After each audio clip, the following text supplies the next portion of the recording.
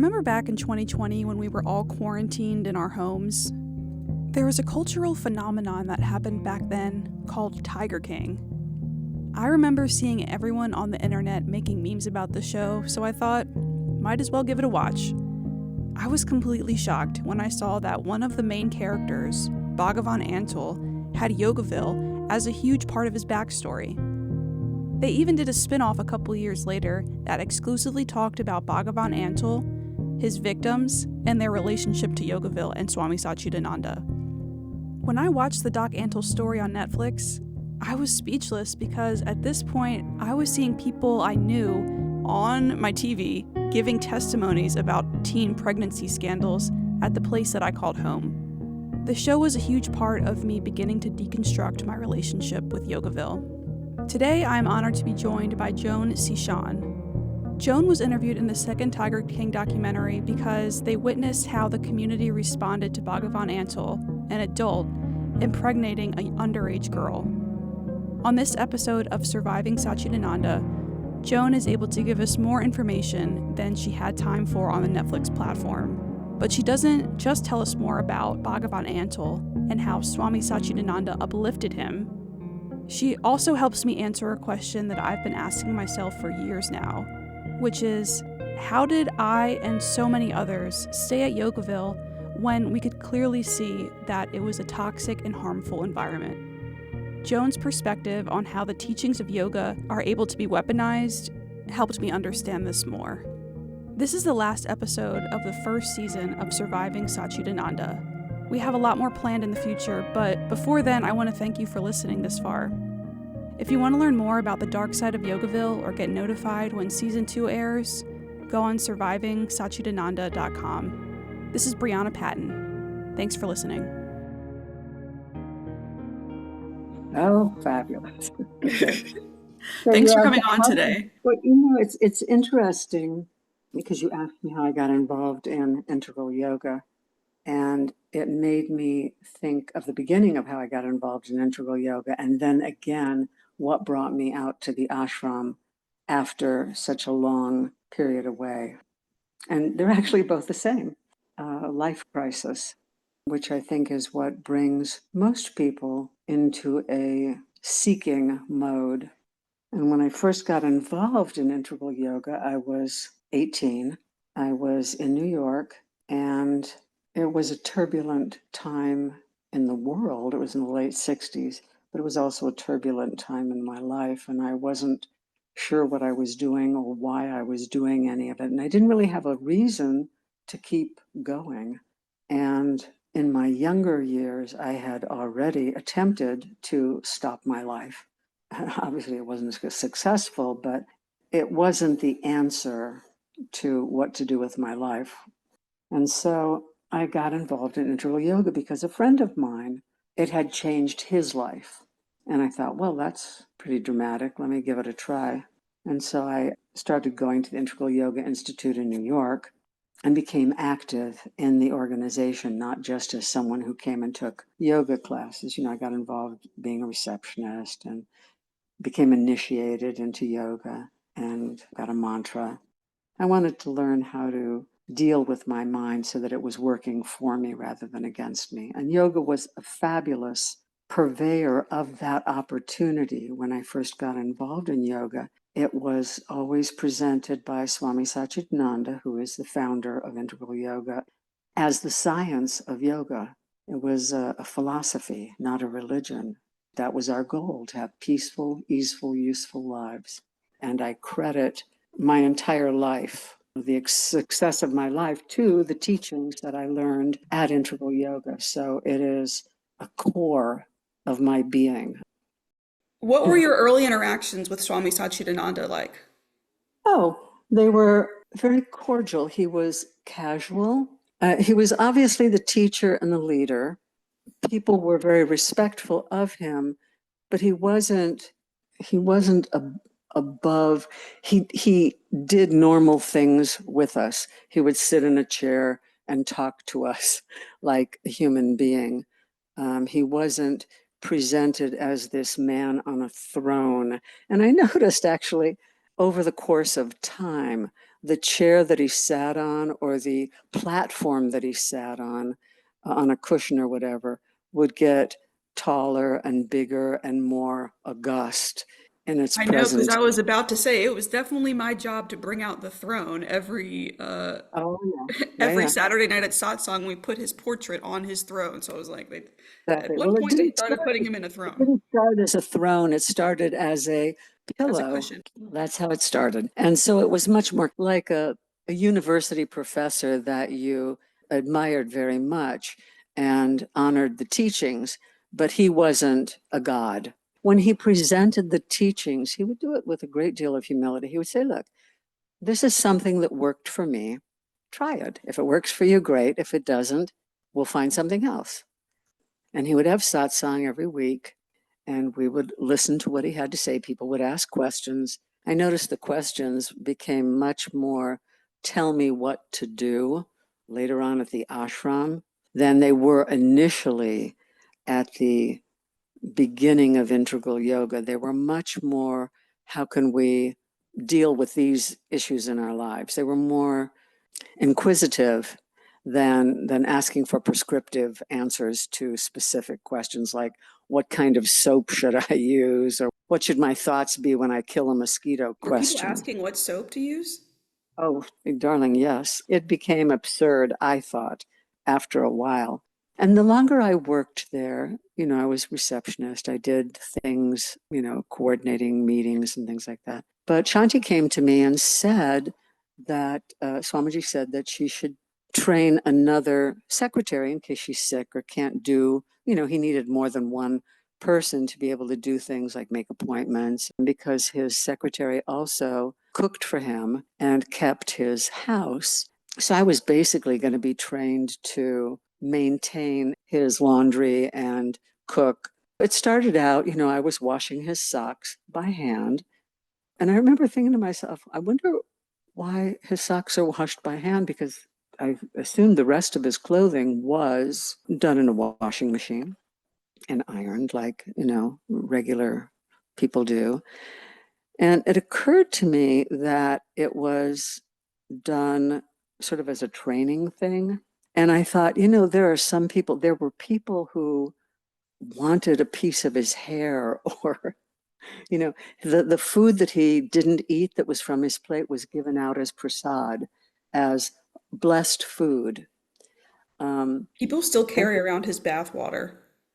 yes, I can't get into all of the all of those specifics, but yes, I mean, that was my first recognition, I think, that there were really two kinds of people working at the institute. There were those who worked there because of the teacher, and there were those who worked there like myself because of the teachings. So washing socks was not, I felt, going to take me further down my path. So my stint as a potential second secretary for Swami Satchidananda was brief. So that's when I left the institute and being Swamiji's secretary and went off into the world. And I would come back periodically to the institute and check in because I still had friends, people I considered my family at this point, that I would see when I came back to New York. Could you explain what karma yoga is? Karma yoga, sure. Karma yoga is the yoga of service. The whole point is to serve the greater community, to see yourself as there to serve others. And how is karma yoga supposed to lead to, or the yoga of selfless service supposed to lead to enlightenment? Well, because no one lives in a vacuum of just service, because while you're serving, you will have all kinds of experiences in your mind. You'll get mad at the people you're serving. You'll think they're lazy, no good. Why are they taking advantage of me? You'll find yourself feeling superior to the people that you serve because everybody's mind does that. Yoga is all about dealing with your mind. The whole point is to interact with a purpose and with an awareness. So if you're doing karma yoga, you're not just the janitor of the world. You're there as a woke janitor, as it would be said these days. And you're doing it with an awareness that your mind is reacting to what you do. You mentioned something that I think is important to talk more about. You said some of the things that come up in your mind when you're doing selfless service. One of the Mm-hmm. questions you're going to probably ask yourself is this person taking advantage of me? And in Sure. the act of karma yoga, you're supposed to say, you're like supposed to kind of push that thought away and continue to serve. Do you think that could, it feels Yeah. like bhakti yoga and karma yoga can be easily taken advantage of to get labor or They whatever you certainly, want out of people. the student is in the vulnerable position because they're the ones that would be ripe for being taken advantage of. And they're the ones who will say, oh, that's just my mind. They'll excuse it that way. And I can give a very personal example of that. There were times when I was with Swami Satchidananda that I felt uncomfortable. I thought he was looking at me the way that if any other man had looked at me that way, I would think this dirty old man, he's going to come on to me or something. But because of the relationship that we had, and because it was the late 60s, my mind immediately said, see, there you go. That's what your mind does. It makes everything about that. It makes everything about either sex or about someone going to take advantage of you or whatever. So you can use the teachings to talk yourself out of recognizing abuse and make yourself more vulnerable. I was 18 at the time. I immediately blamed myself and my mind and sucked it up. Do you understand what I'm saying? Kind of. It sounds like you're saying your intuition told you he's looking at me sexually or some sort of way, but then Right. you're trained to tell yourself, no, he can't be thinking about me because like that because he's enlightened and he's celibate. So you're telling yourself that can't be the case. Yes, but in my case, it was less my thinking about who he was and what he would do, although that was certainly in the scenario, but it was more about me saying, this is what my mind does all the time. My mind always goes to the worst possible interpretation, or it always goes to, because it was true at the time, it was the late 60s, and there were a lot of dirty old men around, and there were, guys were constantly hitting on you. So it was me recognizing that the mind has a path that many paths are more well worn on in your mind than others. And I was trying to not dig the rut in my mind even deeper. So I was saying, okay, you have no proof of that. That's just your mind doing what it does. If someone saw Swamiji as in a God figure, that would have been even more of a, I want to say mind fuck, but it would have put them in even a deeper situation where they would have to exonerate Swamiji at their own loss, I would say. Do you understand what I'm saying? It's like they couldn't think that about him.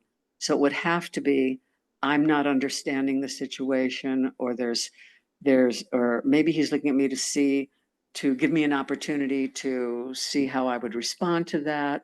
One of the things that people at the ashram frequently do is that they use the saying, everything happens for a reason, everything happens for a purpose. If he did that, his reason was to help you grow. And so rather than recognizing that he's also a human being who has desires, thoughts, and whatever, you make it his entire life is dedicated to making me reach enlightenment. Therefore, anything that he does has that purpose rather than his immediate needs or satisfactions or anything about him. Do you see what I'm saying? It's he is a selfless servant, so therefore he couldn't possibly have anything he wanted or needed. So anything that's happening now is for my benefit, so I can learn and grow. And that is how people get taken advantage of when they're put with a teacher in a position of power like that, in my humble opinion. So looking back, do you think he was eyeing you, or do you think that was your mind looking at some old patterns?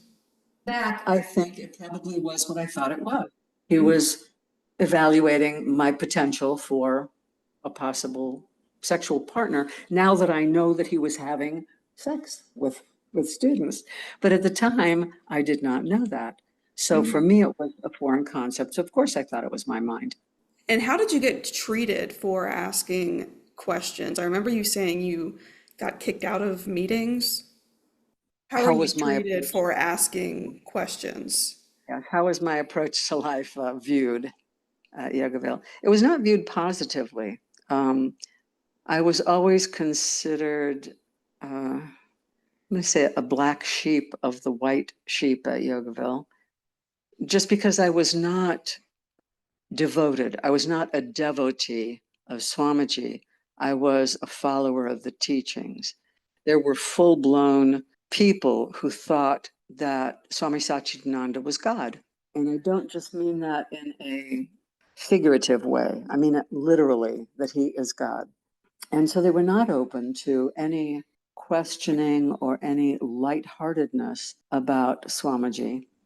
But of course, it became more full blown when one of the teenage girls got pregnant, and the impregnator was Bhagavan Antle. And that became a huge issue because Bhagavan Antle was at the ashram. He didn't live on grounds, he lived just off grounds. He had been promoted by Swami Satchidananda as, oh, this great yogi, he's doing all these good works. Bhagavan was a magician initially. He got a tiger, which made him very popular. And he was one of the people who had sort of a special relationship with the ashram because he came from money. So he didn't just come as a worker to the ashram, he came as a, I guess, VIP. And Swamiji would always hold him up at satsang. Oh, Bhagavan, great yogi. He, does all these good works and he has all these powers, all these siddhis. But they weren't powers, they were tricks. He did magic tricks. He could bend a spoon by rubbing it and things that those of us who, I saw it as a harmless kind of way to encourage other people to do their practice. Oh, you can become great like Bhagavan. But in fact, it wasn't harmless. It was quite harmful to the preteens and teenagers who believed that Bhagavan had all these powers, and that put him not on an equal footing with Swami Satchidananda, but in the same category, I would say. He was above us. He wasn't just a human being. He was someone who had gained abilities through the use of yoga. So he was to be looked up to. And that had a very bad effect. Obviously, we had now a pregnant teenager, and we were in a meeting about this pregnancy. And a lot of the people in the meeting were blaming this young woman for becoming pregnant. And at that point, I said, excuse me, I don't think we can blame this young woman for falling victim to Bhagavan when every week at satsang, Swamiji treats him as though he is a realized saint in our very presence. She was a kid in school, and I did not have any prior knowledge of the fact that Bhagavan was using his position to avail himself of the teenage girls at Yogaville. Just in this meeting, I was appalled at the willingness to blame the girl, always the girl, it's her fault, rather than an adult man. And I said, that's ridiculous. I said, Swamiji is the one who actually created this situation by constantly promoting Bhagavan. And that was the first meeting that my husband and I were thrown out of. We were actually physically escorted out the door. And that's when it became quite clear that things were taking a shift at Yogaville that I didn't like. There was another shift that happened. It was sort of like a wave that came over the ashram. We were also finding out that many of the couples who had been married for quite some time were having extramarital relationships within the community. So two things happened. The ashram came up with an edict that said, all right, we're not going to have any more rock and roll music at the ashram. That's just so crazy to me that this man who's in his late 20s who got a teenager pregnant, the response is, let's get rid of the rock and roll music.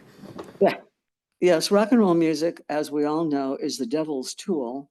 And therefore, somebody had to come with a sage. And there was a couple who lived at Yogaville who had weekly music parties that people who lived at the ashram were invited to. And they were what anyone in their right mind would call rock and roll music. And so people thought, oh my God, now they're going to have to stop their parties. And I thought, we'll see about that. And in fact, they didn't have to stop their parties because suddenly they weren't having rock and roll music anymore. They were playing world music, which is rock and roll music by any other name. It was obviously a dodge. They didn't want to follow the rules, so they just changed the name of the game, which I found very funny. And I thought, see, this is not heaven on earth. This is just earth, the same as every place else. You know, people will do whatever they can get away with. But then I had my second child at Yogaville. So when my newborn was around a year and a half old, I thought I'm going to start teaching at the school. I had been thinking about that for a while, and suddenly, just before I would begin to do that, the school and the ashram came up with a new rule that children couldn't be in the same room alone with a member of the opposite sex. And this was all children, preschool through teenagers. And in order to go to the school at Yogaville, everyone, preschoolers through teenagers, had to sign a pledge that they would not be in the same room alone with a member of the opposite sex. So I'm thinking of two 5-year-olds who are like boy and girl wanting to play a game of checkers in a room by themselves, and they can't do it because someone is afraid that they're going to have sex. And I thought, all right, we've all lost our minds here, clearly. This is not a school I can teach at, or a school that I can send my children to, or a school that I want to in any way support or promote. And at that point, we were realizing that there were a lot of things happening at Yogaville in the community itself, regardless of the teachings, that we did not want to live under or support. And so my husband and I left the community shortly after that. But he would still keep coming down to work at Yogaville because he had been involved much longer and had a different relationship with Swami Satchidananda, where he would go to his house and they would do electronics work together, or he would do electrical wiring for the house, things like that. But we became the weeds of Yogaville because everyone would talk about, oh, the school, always all these children, they're the beautiful flowers of Yogaville. And a friend of mine came up with the nomenclature that we would be the weeds of Yogaville because we were now sort of on the outs with the community. And so our friend decided that we were not the flowers of Yogaville, we were the weeds. And he actually bought my daughter a cute little onesie that said unholy one on it, which I found very funny. But that's basically what we had become at Yogaville at that point. As I said, we left shortly thereafter. At one point, were you teaching kids who got expelled or sent out of the Yeah, school? I did tutor a couple of kids who were in the ashram school who had been either asked to leave or who left because of what was going on at the school. The kids were fabulous. I didn't talk to them about any of their problems unless they wanted to bring something up.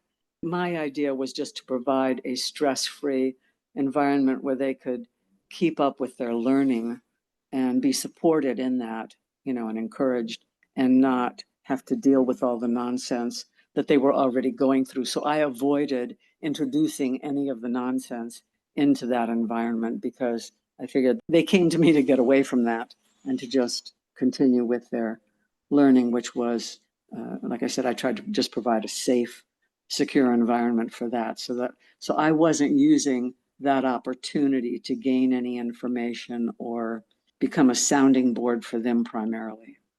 It was just to support them as human beings who deserved an education.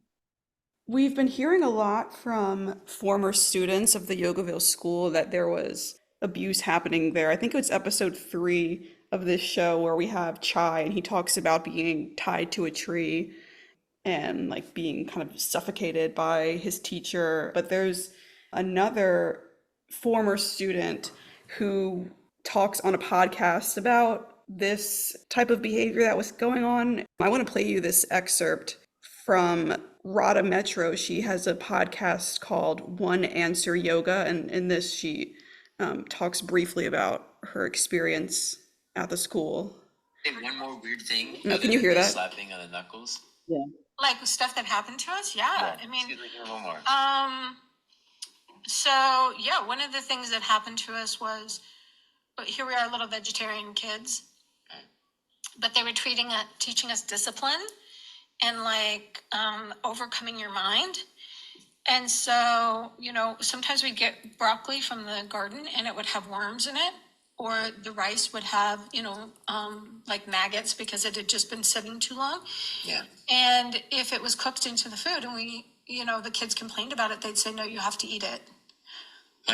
Which was a real disconnect for us as kids. We were like, you told us we're not supposed to be eating animals. Like, we're all vegetarian kids, but now you're telling us we have to eat the worms? Are you kidding? But I understand what they were trying to do. They were trying to say, like, you got to overcome your mind.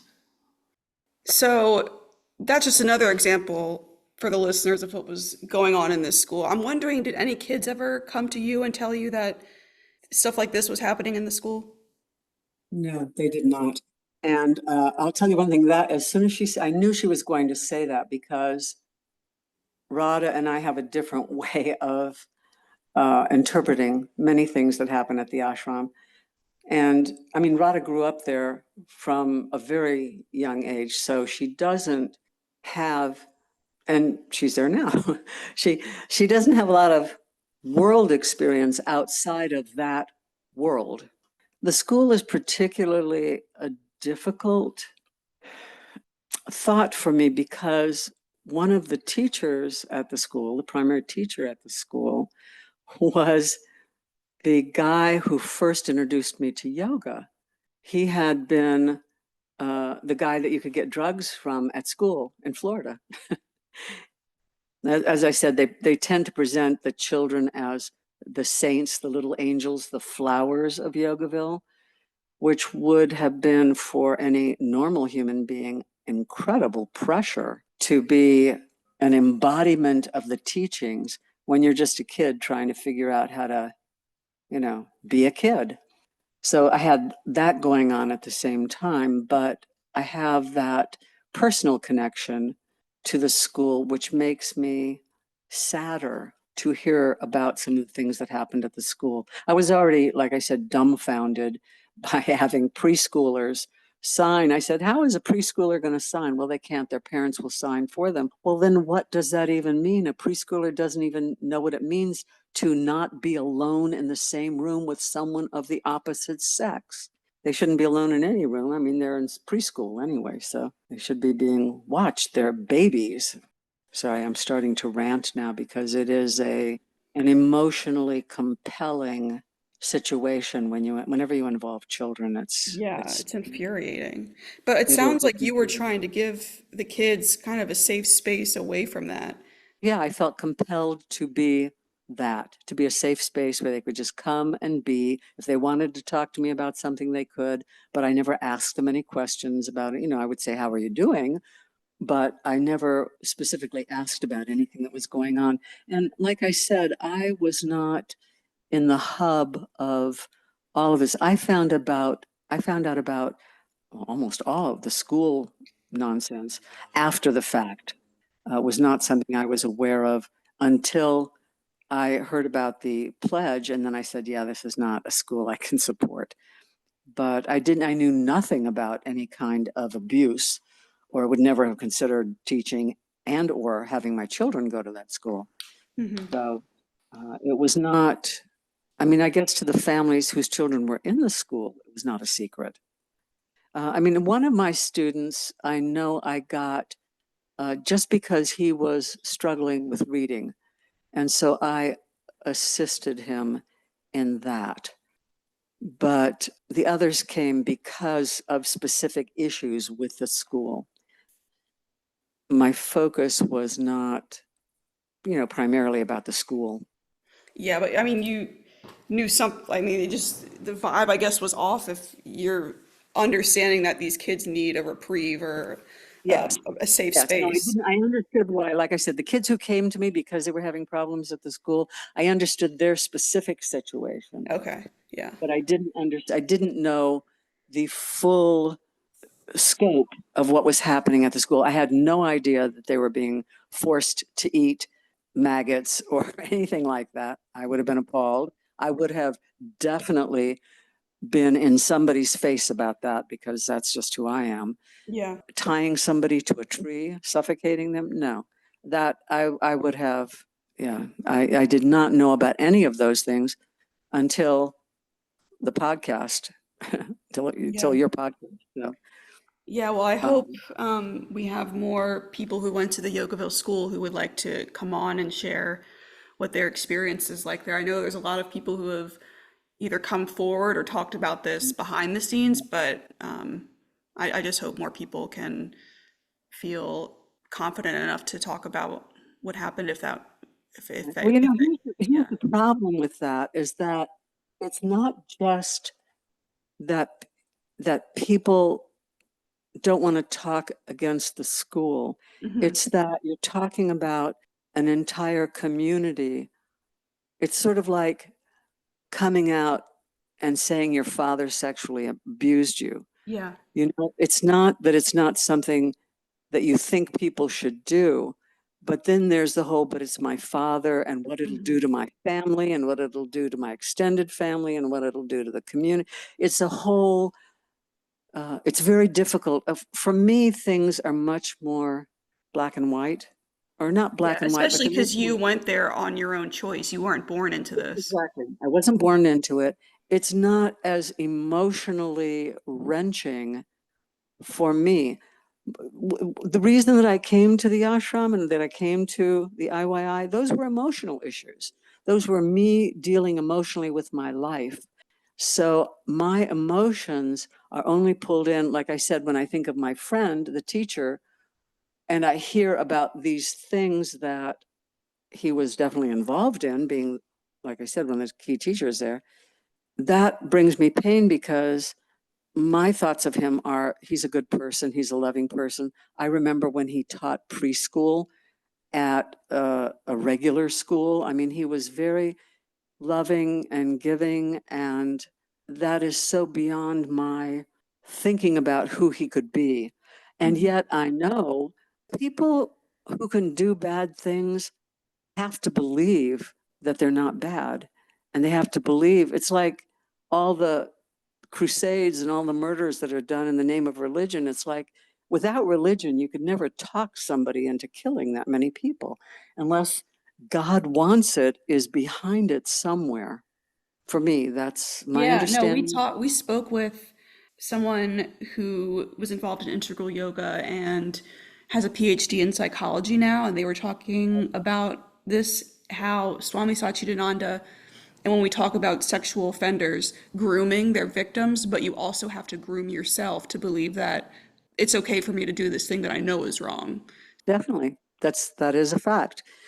And it's hard to do that just by saying, well, it will benefit somebody. If if you say God wants me Hmm. to do this, that's if you believe in God, that is pretty hard and fast. I mean, there's just no way to get around it unless you decide that there is no God or God isn't omniscient, or I mean, that brings in that whole can of worms. So Yeah, it's all um, really hard to talk about because, like you said, with the people who were born there, that's your whole childhood that you kind of have to deconstruct in order to talk about right, that. And then your families, if they're still alive and still involved, right, that's a whole nother issue. And then it is, we it have is, this idea that we have of people, like a lot of people have this idea of Swami Satchidananda. He was so nice to me. He saved right, my exactly, life.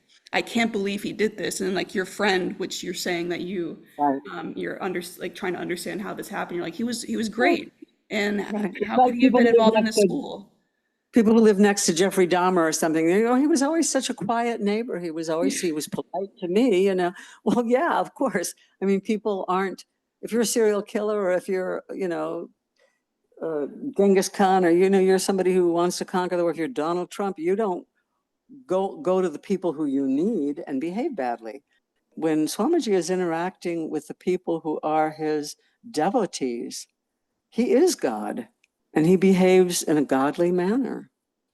And if he says to them, this is for their benefit, yeah, I can see teaching somebody it's dispassion to learn to eat. You know, one of the yoga practices is when you are an itinerant monk in India, you go around with an empty bowl. Whatever anybody puts in that bowl, that's what you eat for that day.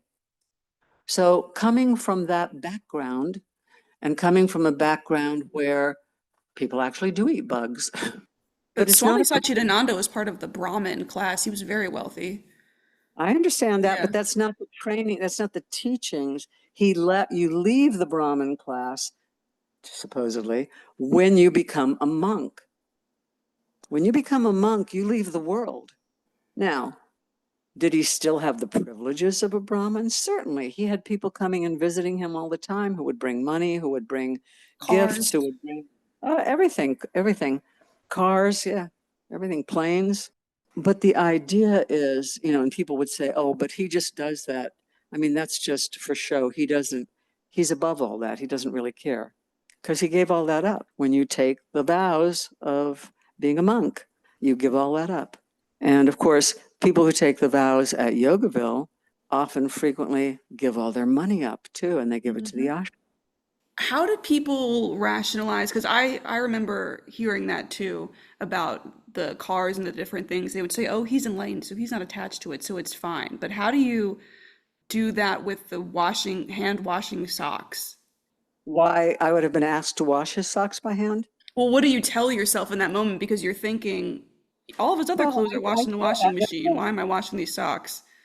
I told myself, this is, for some people, that would have been a gift to be able to touch his socks. As we said, people were like getting hair from his hairbrush or getting, you know, anything.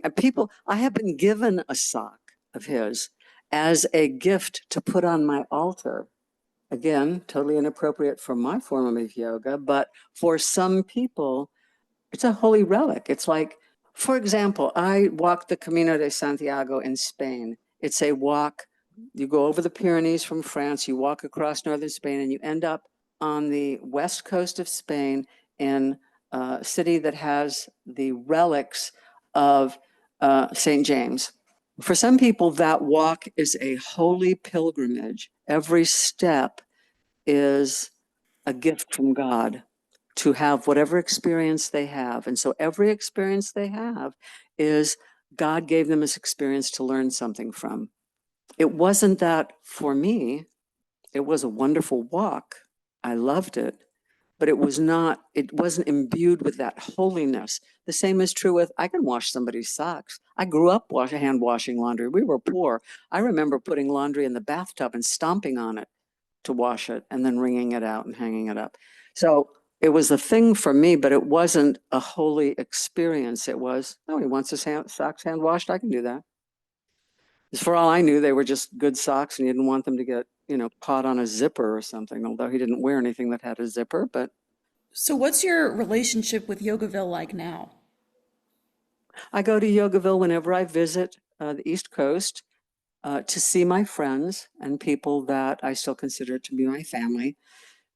These are all people that I have known for decades and decades. Shanti, I've known since I was 18. So I see her when I'm there. I'm 76 now, so that spans quite a distance of my life, obviously. My entire life was changed by the teachings of yoga and by some of the people currently at or near Yogaville.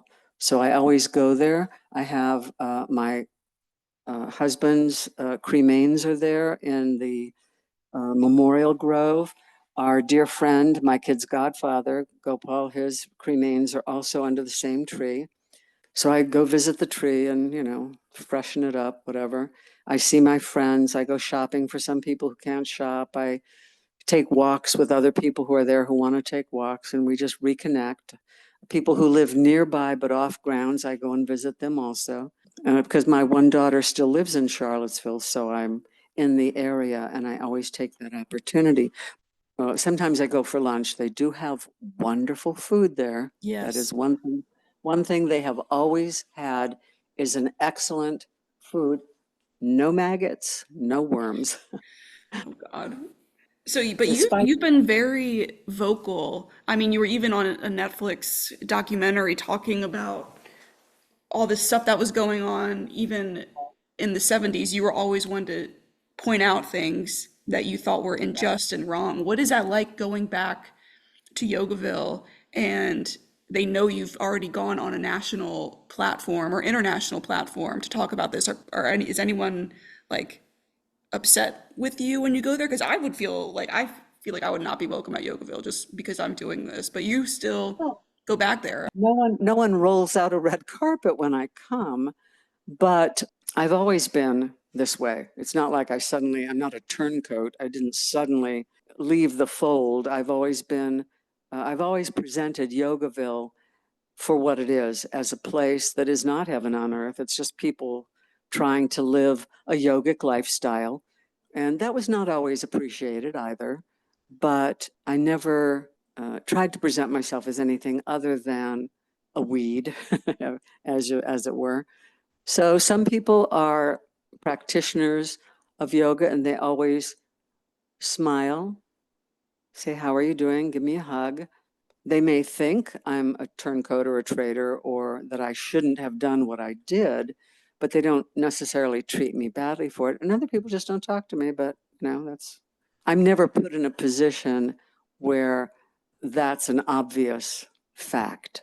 So they're not physically escorting you off the premises No, I am no longer. I mean, if I were to, take lunchtime to decide to stand up and begin pontificating about something, I would be escorted off. But no, just coming to have lunch, grab Mataji's mic while she's reading and start.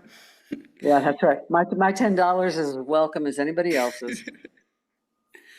All right. Well, thank you so much for sharing all this with us today. This is great. Well, it was my pleasure. I'm sorry I didn't have more first-person knowledge about what was happening at the school at the time. I wish I had reacted differently. It's Well, you didn't know think that was going on. You trusted no, a lot well, of those people. You would have stood up if you thought that or knew that. well, I would have, which is probably why I didn't know. But I mean, you're part of the community because it's sort of like being part of a family. To say I've been disinherited or that nobody in my family talks to me, but you're still part of the family. You make it seem like The Sopranos, like can't leave the family. And indeed, with The Sopranos, what happens when you leave the family?